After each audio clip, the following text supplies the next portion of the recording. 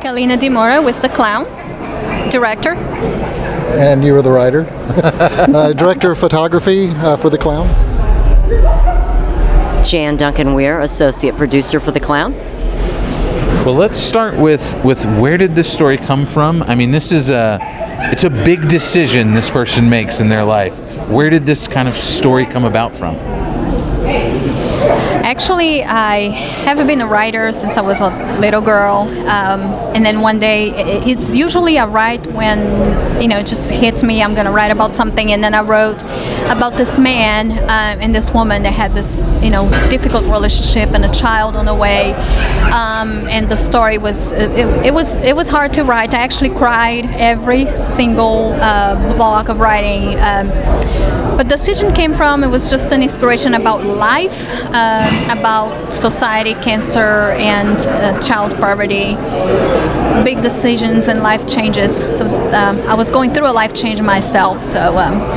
How cathartic was the experience then for you, writing it and then seeing it to fruition into a film?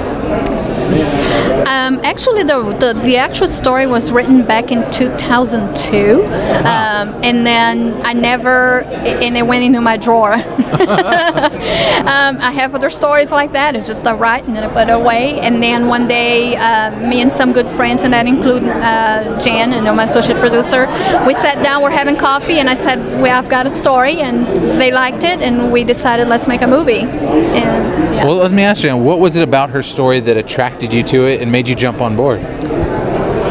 I think the fact that it touched on so many social issues that are prevalent in today's society. We had the illegal immigration, you had poverty, homelessness, the cancer, and I mean, this is just it just runs through society today. I think those are the things that touched my heart the most. It just really left an impact on my life, and I was just humbled and honored to be part of the production. What's it like being able to see the film? You guys made this as a small team and unit, but now it's being shown here at this theater. I mean, it's being shown to more and more people. Right. What's that experience like? It's surreal. I sat there with tears in my eyes because I know how long and hard everyone in the cast and crew worked on this. I also helped with some casting and some of the background, and it was just countless hours, and just to see it all put together on the screen was just warmed my heart. So can I mention something about... It's kind of perfect. The DP steps in with it being on the screen. I love that timing. Yeah, so mainly my area is working on zero budget films. So, I mean, these very low budget, almost zero budget films, and a lot of them don't work out. A lot of them fail. It takes a lot of energy, focused, and a good crew, good cast that are dedicated, do this because they love it. A lot of times they're giving up family time and other time, and a lot of films I work on don't make it to the screen, but a lot of Kalina's stuff gets finished, and she and Jan and the others are a driving force, but they call her the tornado. And I knew that the projects that she works on gets done, and that's one of the reasons I loved working on the film. We'd make a discussion, have a discussion at a Starbucks or something, and the next day the script was changed, the plan was changed, and Kalina already was in execution mode on this. So I really like working with this group, and the actors, the crew, the producers, and especially Kalina, because she's our tornado. But kind of keep with that tornado theme. Cinematographer must be like the eye of the storm in the middle. Yeah. You get to see what's clear and make it visual for us. Right. What was it about her script that made you think, okay, we can actually do this? We can showcase this. Yeah. We can showcase these lives being impacted, and more importantly, we can show a transformation. Right. Which must have been a lot of fun to shoot. Yeah, it was. I was a little scared about the transformation because you really I think we sold it well enough, and Adam did a great job. And I was concerned that we had to transition from this person of wealth and power to be a clown. And from a cinematography standpoint, one of the things that I did from that was when he's in a position of power, the camera was typically a little lower. than I view, and then when that started to crumble, the camera started gaining height on him, and just to try to sell that point that there's a transition going on, and I was concerned about that. I knew it was going to be difficult, but I think Adam really nailed that. I thought he did a great job with that. How much has changed from that script ending in 2002 to what we got to see tonight?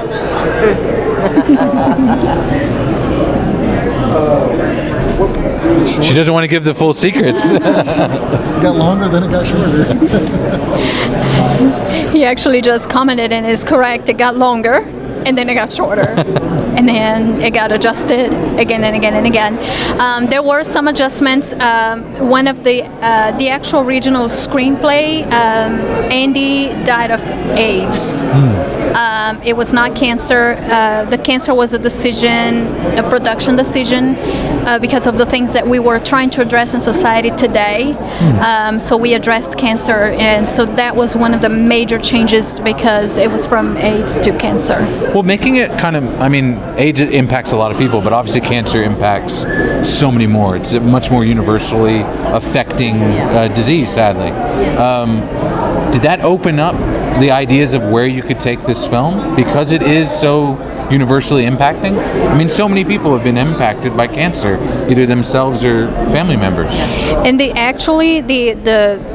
add to what I just said about the changes, the actual change also came because we had, and of course I'm not going to disclose who, but we had cast and crew suffering from cancer as we're filming, and we had people died during filming, and we had people that recovered. So it was a production decision. It was the honor of our own people.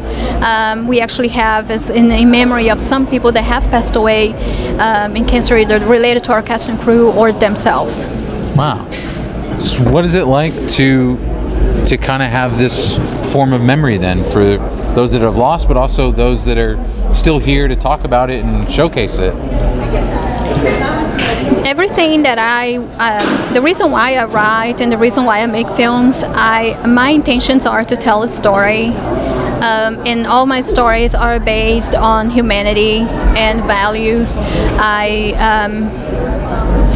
So I'm hopeful that this film has been a voice and a representation of the people that we encountered as we were making it, and also all those people that every day it represents: children starving, single moms, people having that drop in their face, you don't have much time to live, and what you do now. Well, I guess the kind of last question then would be, where can we find out more information about the film, and what is the hope of next step for the film? Where do you go from here?